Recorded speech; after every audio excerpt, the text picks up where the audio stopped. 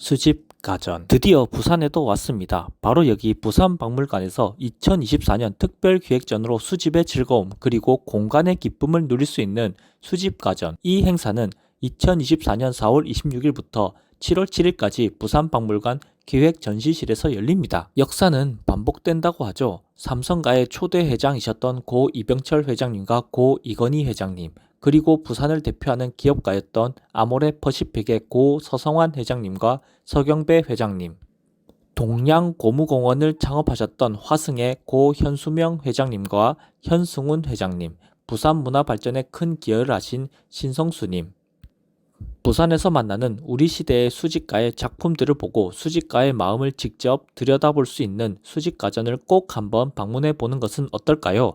저는 4월 26일 학예사의 설명과 함께 구경해 보았습니다. 이렇게 유튜브로 보는 것도 좋지만 직접 눈으로 역사와 보물 그리고 국보를 직접 봤을 때의 감동은 이루 말할 수가 없어요.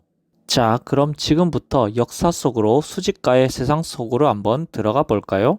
이번 전시의 취지는 저희가 이제 오미술품은 좀 현대미술품하고 비슷한 성격도 있지만 좀 다른 성격도 있는데 보존 관리라든지 오랜 세월 작품들이기 때문에 관리에 엄청난 신경을 쓰고 조명이라든지 환경이라든지 이런 부분에 대해 매우 민감합니다. 그래서 좋은 오미술품을 지방에서 전시하는 일이 매우 어렵습니다. 좋은 미술품 작품들은 되게 몇 개 박물관, 국립중앙박물관, 반송미술관, 그리고 리움미술관 정도에 집중되어 있습니다. 그리고 특히 리움미술관이나 간송미술관 같은 곳은 사립미술관이기 때문에 일반에게 공개되는 매우 빈도가 낮습니다. 그리고 국립중앙박물관 같은 경우도 특히 좋은 유물들은 유물의 그런 보존을 위해서 매우 드물게 전시를 합니다. 그렇기 때문에 외부 기관에 웬만하면 잘 빌려주지 않습니다.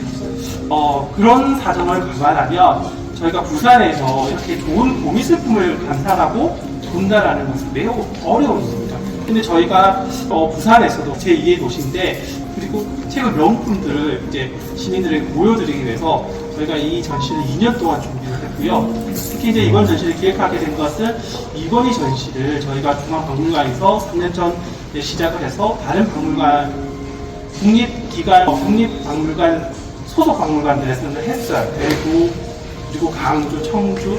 근데 부산은 저희가 시립박물관이다 보니까 그 전시를 못하게 됐어요. 그래서 저희가 처음에 이건희 전시를 기획을 하려고 했는데 이제 그게 어려우니 그에 상응하는 전시를 저희가 준비하고자 이번 전시를 준비했고요. 그래서 여기에서는 저희가 이병철, 이건희 회장의 컬렉션 그리고 부산, 한국을 대표하는 수집가들이 여러 명이 있습니다. 그 중에 부산하고 연고가 있으신 분들, 부산의 어떤 경제 발전에 기여하시고 부산을 중심으로 성장했던 수집가들의 작품들을 여기 한 자리에 모았습니다. 그래서 크게 네 분이고요. 삼성의 이병철, 이건, 그 다음에 아모레퍼시픽의 서성환, 서경배, 그리고 화승의 현수명, 현승훈, 마지막으로 유럽문화재단의 신성수 이사장, 크게 네 분입니다. 근데 여기서 이제 저희가 삼성은 부산하고 연고가 있는 게 제일제당이 부산에서 공장이 설립이 되었습니다. 삼성의 첫 제조업체가 제일제당이거든요. 그 제일제당이 서면이죠. 그곳에서 처음 공장이 설립되었고요. 아모레퍼시픽이 서울회사라고 여러분 알고 계신데 아모레퍼시픽이 50년대에 한국전쟁이 돼서 그 회장님이 부산으로 피난을 오고 부산에서 ABC 포마드라는 일종의 무스 제품을 부산에서 연구 개발해서 완전 히트를 시킵니다. 그래서 부산 3, 4년 동안 있으면서 완전 히트를 치고 조그만 중소기업이었는데 중견기업으로 성장을 하고 서울로 올라가게 됐습니다. 마지막으로 화승은 동양고무라고 하는 옛날 고무신 만드는 회사입니다. 여러분 아시는 립가프를 만드는 회사입니다. 부산의 전통적인 향토 기업입니다. 70 역사 가지고 있는 곳이고요. 그리고 고려산업 유럽문화재단은 이제 예전에 회표식음료라고 다 아시죠? 회표식음료 만들었던 나쁜 방식으로 저렴한 건 아니고 다 구입을 해서 나가는 경우도 많죠. 그렇지만 우리의 좋은 유물들이 일본이나 유럽이나 이런 곳에 가 있는 것들이 많고 이런 수집가들은 그런 유물들을 외국에서 구입해 오는 경우가 많습니다. 그렇기 때문에 유물 한수, 우리나라 문화유산의 한수라고 하는 측면에서도 이분들 의의가 있습니다. 그래서 이 작품을 보시면 삽살개인데요. 여기에 있는 이 글은 영조의 어제입니다. 영조가 1743년에 어제가 있는데 이 내용이 뭐냐면 이 강아지는 밤에 이제 사람을 지키라고 이렇게 짖는데 이 강아지 너는 왜 대낮에 사람 가는 길을 막고 지셔도 되느냐라는 내용입니다. 그러니까 이 내용만 보면 뭐 뜬금없이 그런 말을 썼지라고 하는데 이게 어떻게 해석이 되냐면 1744년에 영조가 탕평 정책을 본격적으로 시행할 때입니다. 탕평 정책을 시행하는데 그 탕평 정책에 반대하는 그런 신하들, 그 신하들을 이런 강아지에 비유를 합니다. 그러니까 좀 이 그림은 귀여운 강아지를 표현한 거는 아닌 것이고 비유의 성격을 가지고 있는 강아지입니다. 그렇지만 막 찢어내려고 하는 그 상대방을 물거나 그러지 않고 위험만 주는 그런 모습입니다. 가장 어려웠던 점은 명작, 정말 우리가 다 알만한 작품들을 빌려오는 것이 매우 어려웠습니다. 그 중에 한 작, 그렇지만 그런 상황에서 저희가 명작들을 빌려왔는데요. 그 중에 한 점이 아주 보자고입니다. 이 작품은 조선 중기 종실 화가인 왕실 출신의 화가인 이안이라는 분이 그린 그림이고요. 이 그림은 여러분도 혹시 교과서에서나 일반 이렇게 역사 교과서나 이런 데서 역사책이나 이런 데서 자주 혹은 한 번은 보았을 그림입니다. 여기서 이 그림을 보면 16세기 그림이고요. 보시면 강아지들이 너무나 귀엽게 표현되어 있습니다. 한 강아지는 멍하게 앞을 보고 있고 또 한 강아지는 너무 세상 모르고 편안하게 자고 있고 한 강아지는 또 사마귀인지 메뚜기인지 이런 곤충을 뜯고 있고요. 그런데 여기가 이 강아지를 그냥 표현한 게 아니라 위로 보시면은 꽃이 있고 나비가 있고 벌이 있습니다. 아주 아름다운 이상적인 자연 세계를 표현한 거라고 볼 수 있습니다. 그래서 우리 세상 시름을 읽고 이 그림을 보면 세상 시름을 읽게 되고 뭔가 이상향, 뭔가 평화의 세계로 들어가는 착각을 불러일으킬 수 있게 합니다. 그러니까 이런 화주화를 그린 목적이 바로 그런 목적이거든요. 그래서 이 그림은 16세기에 왕실 출신의 화가인 이안이 생각했던 평화로운 세계라고 생각하시면 됩니다.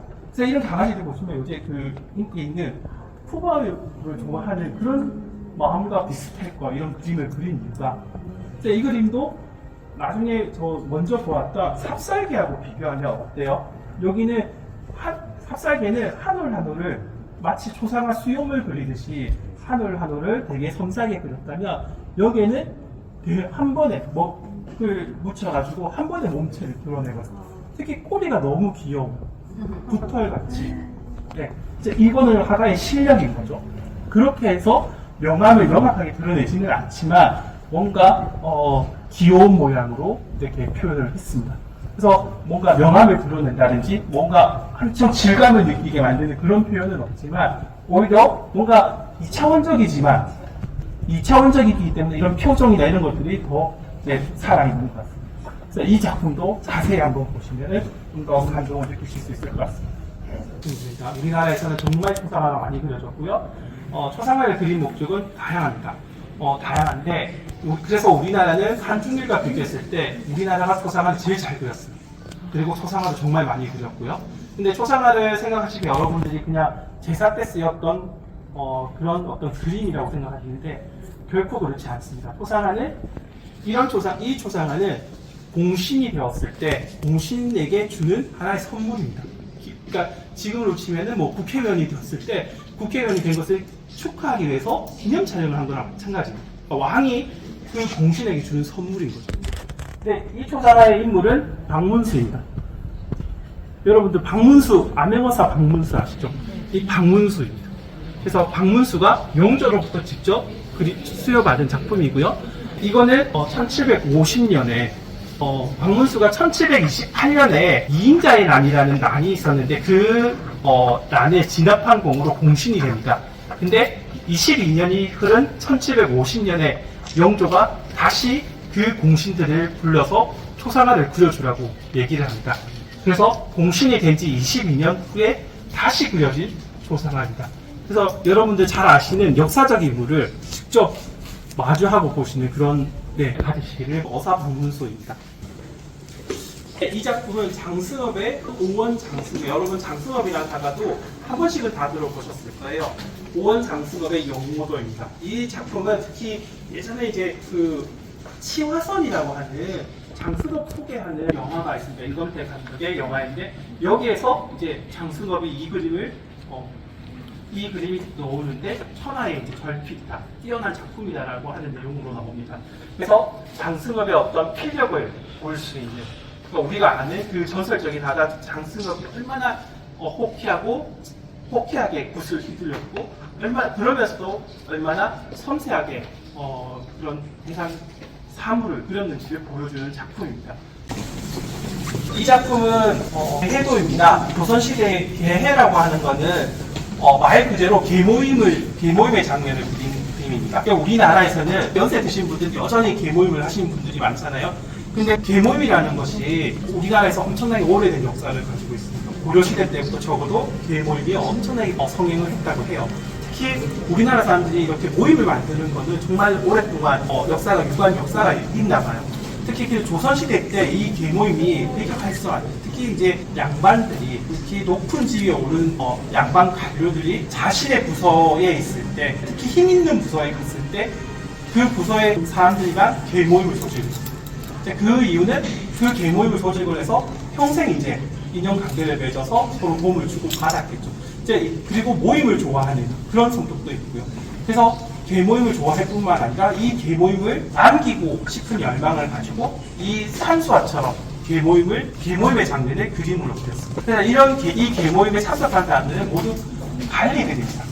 높은 지위에 오른 관리들입니다. 그래서 여기서 보시면 산수화처럼 보이지만 여기에 있는 이 언덕 위에 있는 사람들이 전부 계모임에 참석한 사람입니다. 그리고 여기에 있는 사람들이 계모임에 참석한 사람들의 명단입니다.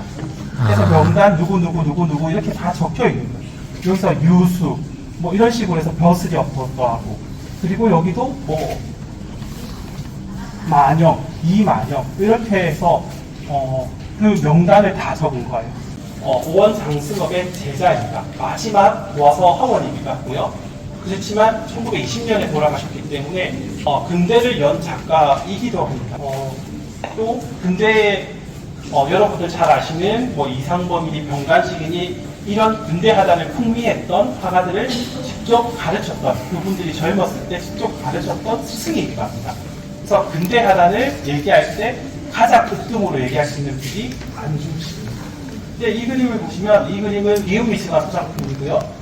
안중식 작품 중에 단연 최고의 작품으로 불리는 작품입니다. 먼저 이 그림에 대한 내용을 먼저 설명해 드리면, 이 그림은 옛날 중국 동진시대의 도련명이라는 사람의 도하원기라는 문학 작품이 있는데, 그 도하원기의 내용을 이렇게 그림으로 표현한 겁니다. 도하원기의 내용이라는 어떤 어부가 어느 날 강에서 고기를 잡다가 길을 잃어버렸는데 어떤 동굴이 보여서 그 동굴에 들어갔더니 그 다음 세상이 완전히 그 유토피아처럼 복숭아꽃이 만발해 있고, 또 너무나 자연이 아름답고, 그 속에서 만나는 사람들은 모두가 너무나 편안하고 또 안락한 표정이었다. 가장 어렵게 필요 작품 두 점 중에 한 점이 화조구자도였고요. 다른 한 점이 바로 이 작품입니다.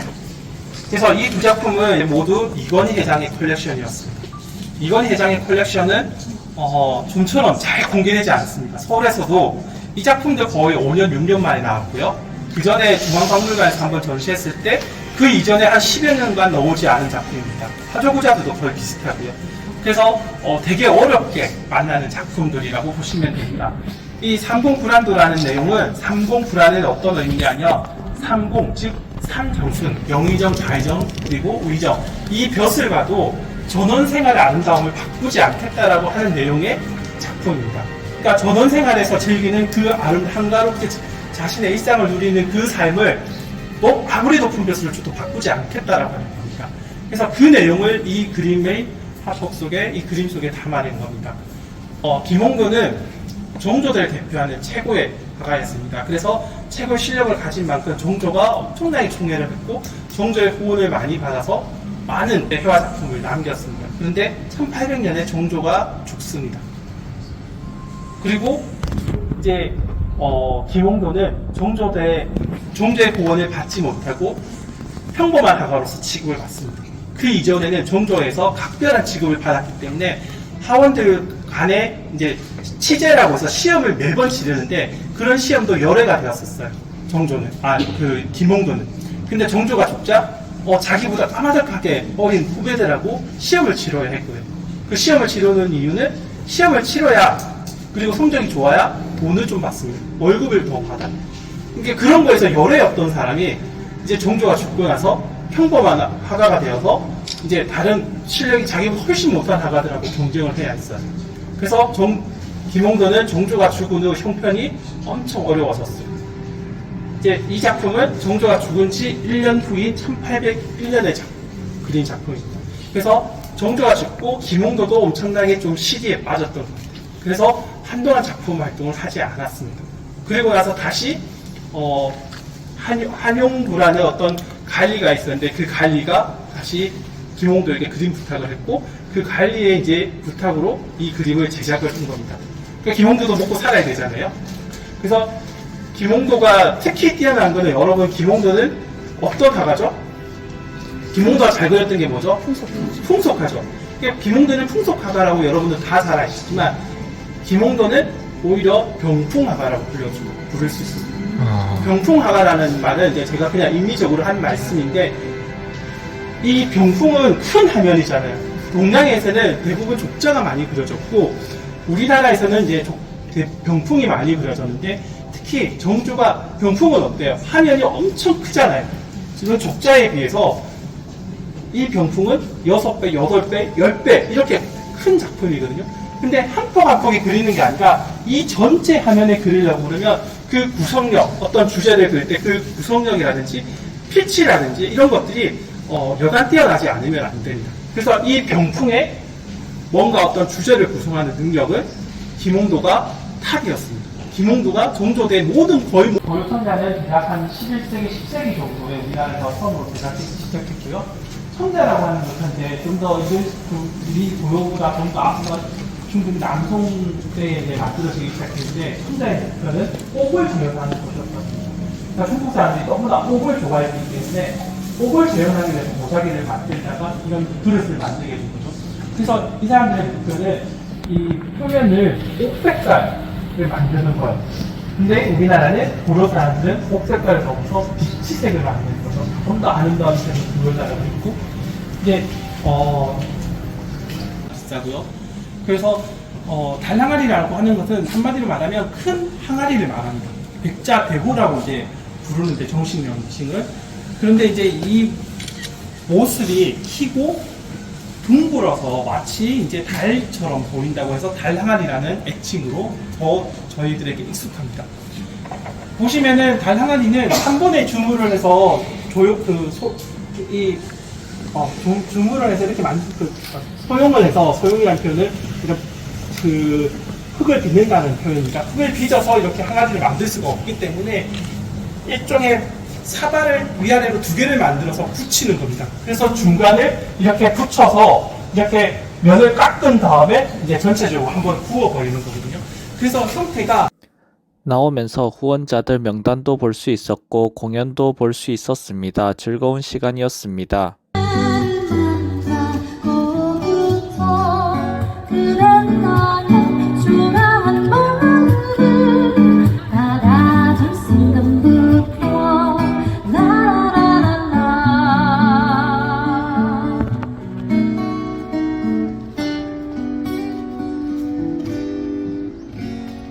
월요일도 화요일도 봄에도 겨울에도 해가 진 무렵에도 비둘기를 아는 아이같이 행복해져 나를 위해서. 난 다시 태어난 것만같아 그대를 만나고부터. 그댄 나의 초라한 마음을 받아준 순간부터 난 다시 꿈을 꾸게 되었어. 그대를 만나고부터. 그댄 나의 초라한 마음을 받아준 순간부터